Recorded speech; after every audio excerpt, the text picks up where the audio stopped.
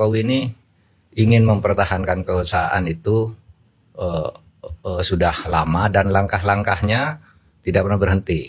Ya, pertama nih, mulai dari apel kepala desa itu yang dimotori oleh menteri-menteri agar membuat pernyataan 3 periode.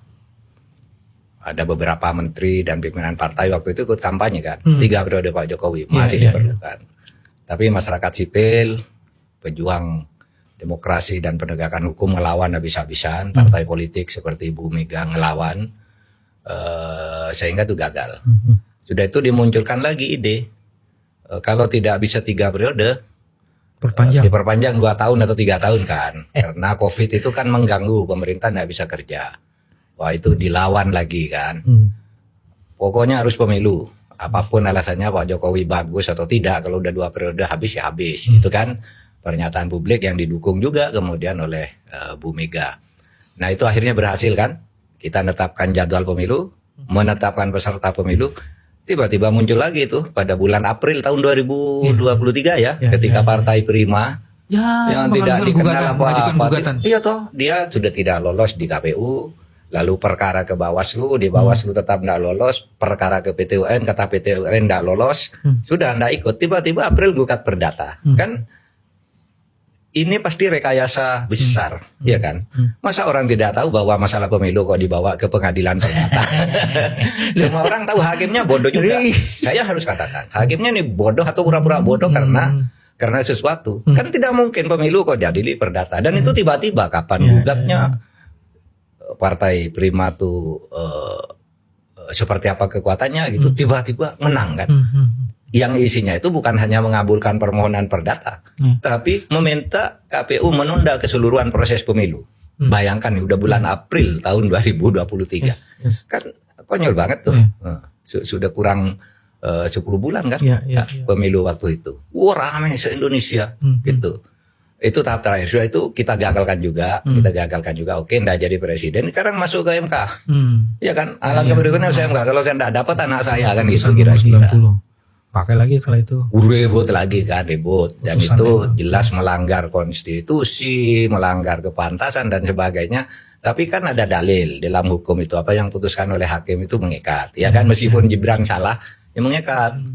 Konstitusi mengatakan putusan MK final dan mengikat, meskipun itu salah kan gitu. Nah kalau salah kok mengikat, ya hakimnya dong yang ditindak. Terbukti kan, hakimnya, ketuanya harus berhenti, terbukti melanggar tuh. Tapi karena hukum mengatakan apa putusan hakim itu kalau sudah ingkar nggak bisa dilawan ya. Di semua proses itu Bang Mahfud ada yang menarik. Hukum, penegakan hukum dan badan hukum menjadi instrumen dari kekuasaan. Iya itulah, makanya saya katakan ini udah busuk semua, sudah dibusukkan semua. Karena sesudah itu, sudah Gibran enak-enak muncul lagi tiba-tiba di MA, putusan kan? MA. Yang Kaisang ingin masuk, dan itu memang untuk Kaisang aja kan. Sesudah itu yang menyatakan mau calon kan hanya Kaisang. Iya kan? Saya siap menghadapi Ridwan Kamil, saya siap menghadapi Anies, saya mau ikut. Kan gitu dia, sesudah ada putusan itu. Kan jelas ini permainan. Nah di sini rakyat udah marah kan. MK lalu meluluskan dengan putusan tanggal 20 itu ya 20 ya. Betul. Meluruskan itu enggak benar, Kaisang enggak boleh kira-kira gitu. Menurut konstitusi sudah benar undang-undangnya. Kemudian partai yang dikatakan partai politik peserta pemilu itu punya kursi atau tidak punya kursi sama asal bergabung dalam kesetaraan angka, kan gitu. Nah ini yang gila lagi rekayasanya kan, begitu putusan itu ada, sorenya itu Menkumham kan dipanggil oleh presiden. Ya, pagi putusan jam 10, sore menghadap. Tahu-tahu besok apa Balik ngundang untuk perubahan undang-undang pilkada. Nah tahu nggak Mas Bambang, undang-undang pilkada yang ada itu kan dikatakan yang tanggal 20 Januari 2024, bulan Januari 2024 hanya presiden sudah mengadukan perubahan. Lah itu bohongnya 2. Undang-undang 2 tahun bulan Januari 2024. Kok dimnya soal putusan nggak mungkin. MK, nggak mungkin dong, nggak mungkin. Dimnya kok putusan MA dan MK belum ada pada saat belum ada. Ya, putusan MK baru 2 hari, putusan MA-nya baru beberapa minggu lalu, ya kan? Lu kok 20 dikeluaran lagi udah mati.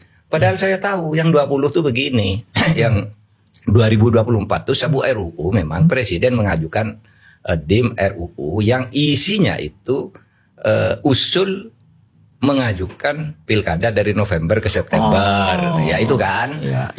Maksudnya apa? Biar pilkada itu tetap di bawah kendali Pak Jokowi kan gitu. Lalu diuji ini, rencana ini diuji oleh anak UI ke MK.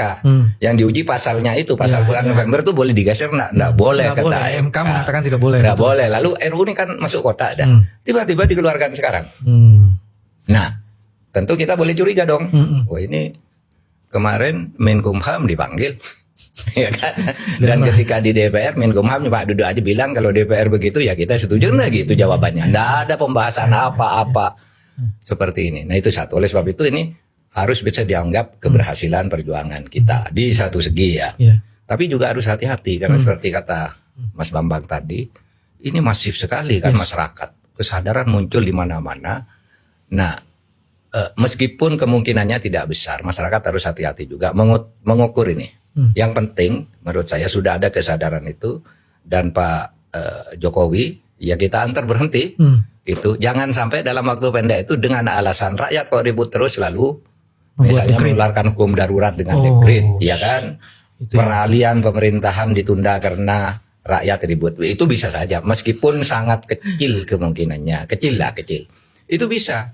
Analisis nakal orang yang banyak bacaan pasti sampai situ. Ini jangan sini lah bisa terjadi gitu. Nah ini mari kita menghimbau masyarakat. Ini diukur saja sekarang. Sekarang dalam pandangan banyak orang Pak Jokowi kan ya sudah lumpuh kan dari sudut ini, mengeluarkan rekayasa apa lagi? Udah kurang 6 minggu kan? 7 minggu. Itu tidak bisa melakukan sesuatu yang ada yang menarik juga Bang. Di tengah hukum melalui proses instrumentasi, di sisi lainnya kekuatan demokrasi Indonesia kan di tangan partai. Terus partai diamputasi. Golkar sebuah partai yang luar biasa berkuasa dan punya pengalaman lama itu bisa ditaklukkan. Lagi-lagi sebenarnya itu kan melalui instrumentasi proses hukum. Tapi yang paling menarik adalah partai kemudian dipakai sebagai alat untuk melegitimasi bersama DPR. Nah itu Bang Mahfud kan dulu sebagai Menko itu bagaimana ininya evaluasi? Waktu saya sebagai Menko itu memang sudah terjadi. Semuanya tergantung pada partai, tapi tidak separah ini ya. Masuknya adanya akhirnya kita percaya pada proses penyanderaan. Di podcastnya Bang Mahfud disebutnya bukan parah, jorok. Iya. Saya dengar soal itu jorok itu. Partai yang sekarang kalau dulu partai kan, terus partai ini tentu kita tahu proses penyanderaan sudah bukan rahasia lagi, semua orang tahu. Partai ini sandera, kalau kamu ndak mau saya ginikan, kalau ndak mau saya ginikan, menterimu saya copot, menterimu kasus semua ini itu sudah lama, sudah lama isu. Bahkan korban-korban itu sendiri juga menyatakan itu kepada partainya, lalu partainya kan bilang juga kita ini ndak bisa Pak karena ini begini ini gitu kan. Saya bilang ya partai yang dipakai. Sekarang lebih jorok lagi karena yang dipakai pengadilan. Kalau dulu dengan partai lah ya, untuk main keputusan publik di DPR. Sekarang pengadilan yang dipakai. Pengadilannya jadi murahan. Jadi mau yang kayak gitu-gitu. Ini kan bahaya masa depan negara kita kalau pengadilannya sudah bisa main-main begitu. Sehingga saya juga lalu nakal, ini apa sih? Kok pengadilan bisa begitu? Ya anunya mungkin teori pertamanya political trade off ya. Bayar-bayaran. Satu, kalau di buku Herman Mustar tuh ya, peradilan sesat itu biasanya hakim-hakim menjadi sesat itu kan karena kepentingan karir, ya kan? Ya kan? Mau jadi ini, saya besok mau jadi ketua Mahkamah Agung, saya besok mau pindah dari sini ke Jakarta, saya naik ke pengadilan tinggi, macam-macam itu kan, itu teori ya, ada bukunya itu, peradilan yang sesat Herman Mustar itu.